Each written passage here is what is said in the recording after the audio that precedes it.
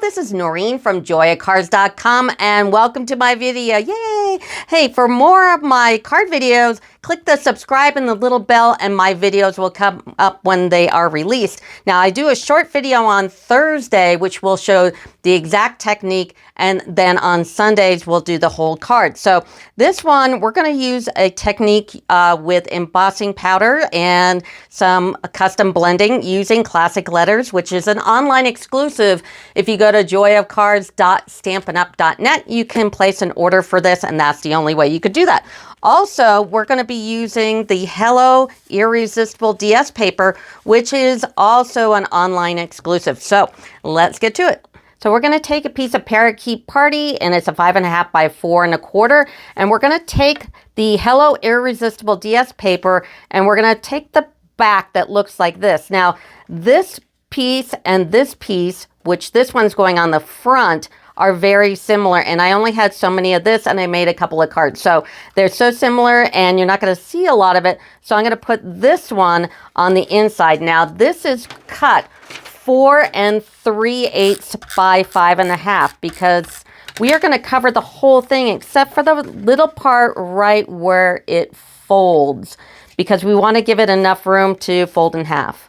Then we're going to take another piece of Parakeet Party and cut it with scallop contours, and you're going to get this. And this is how it's going to look like in the inside, but we're going to take the front piece and make this. Now you're going to take a piece of 5.5 by 4 1/4, and you're going to use this die in scallop contours and cut the middle. Now, the reason why we're going to do that is because I'm going to use that for the inside, and we're going to put this piece of DS on it, and you don't want to waste all that stuff in the middle, so you might as well cut it and use it. So I'm going to cut that, and I'll be right back. So this is what you're going to get. Now I'm just going to snail the frame that we've got here, and we're going to affix it to the front of the card. So open up the card and line it up this way so it gets on there perfectly. Then you're going to take another piece of that DS. Now I've got the roses on this side, and I'm going to put that right in the middle like so. Now, before I put this on the card, I'm going to stamp this little heart. Now, I'm going to use Flirty Flamingo, and the reason why is because on the back of Hello Irresistible are all the coordinating colors. So I know these colors will match what color scheme I'm using, and one of them is Flirty Flamingo. You're going to also notice on these online exclusives, they're bringing back old colors of which I do not have. I get rid of all my retired items. In fact, if you go to joyacards.com and then click shop and shop Joy of Cards, you're going to notice shop retireds, and you can look and see all my retireds that you can buy. But one of them, so you got Lost Lagoon and Pretty Peacock, those are long gone. But we're going to take this Flirty Flamingo, and I found a little baby heart in Days to Remember, and I'm going to take that and I'm just going to put that heart there. And if you ever watch any of my videos, you know I don't put sentiments inside my cards, and that's because I make them in advance. I don't know who I'm going to give it to. And so many times I've looked through my cards to give a card to someone because I got a million of them. In fact, I sell cards on my joyacards.com site. Just go joyacards.com, shop Joy of Cards, and shop cards. And, but there's so many times I'll grab a card and I'll open it up and it doesn't match, the saying doesn't match the person inside. So I never put sentiments inside my cards. And then I went ahead and just nailed the card in there. And now let's do the front. Now we're going to do our technique. Now I'm going to take classic letters and I'm going to do Love You. And if you notice in Love You, there's 2 O's. Well, there's not 2 O's in the set. So I'm going to show you how to work around that. So I've got my Stamparatus all lined up here. I've just got a 5.5 by 4 1/4 piece of white. I'm going to stick the case underneath the plate, and then I'm going to grab some Versamark, and I'm going to grab it. I don't know if you've noticed this little set that Stampin' Up came out with. It has this, it has an embossing buddy, it has a brush. It's great. But I'm going to take, first of all, my embossing buddy, which I always keep in here because I have a tendency to forget about it. And I'm going to use my embossing buddy and powder this down. That's super, super important. But then I'm going to take my Versamark, and I went ahead and put the letters out here. So I've got love you, but of course the O is missing. So as I laid it out, I did the love, and then when I started the U, I moved the O down here just to make sure it was all lined up. But go ahead and line this up. Now I'm going to grab my Versamark, and I'm going to put a real heavy layer of Versamark on here. And I'm going to do this a couple of times. So I'm going to pull it over and really push it down. You really want to get all that in there. And then pull it up again. And do it a second time. Now you're going to take your O, and always watch out for, I have a dog, always watch out for like dog hair, because if you've got a piece of dog hair on there, it will interfere with your stamp. In fact, if you're doing any embossing more than once, you might want to take your letters to the sink and make sure there's no embossing powder on it, because you won't get as solid of a stamp if it's got a bunch of embossing powder on there. So let's go ahead, and we're moving that O, and we're putting right by the U. Now, in order for it not to pull up when I stamp it, because you just move this, take like a Stampin' Right and push down in the middle of that O just to make sure it's going to stick. And then let's grab the Versamark again on that O and do that a couple of times. So I'm going to do that right now. Now I'm going to take clear embossing powder and just pour that powder right over, and then flick it off with your finger. Maybe even give it a good look. Make sure you didn't miss a spot, and flick it off like that.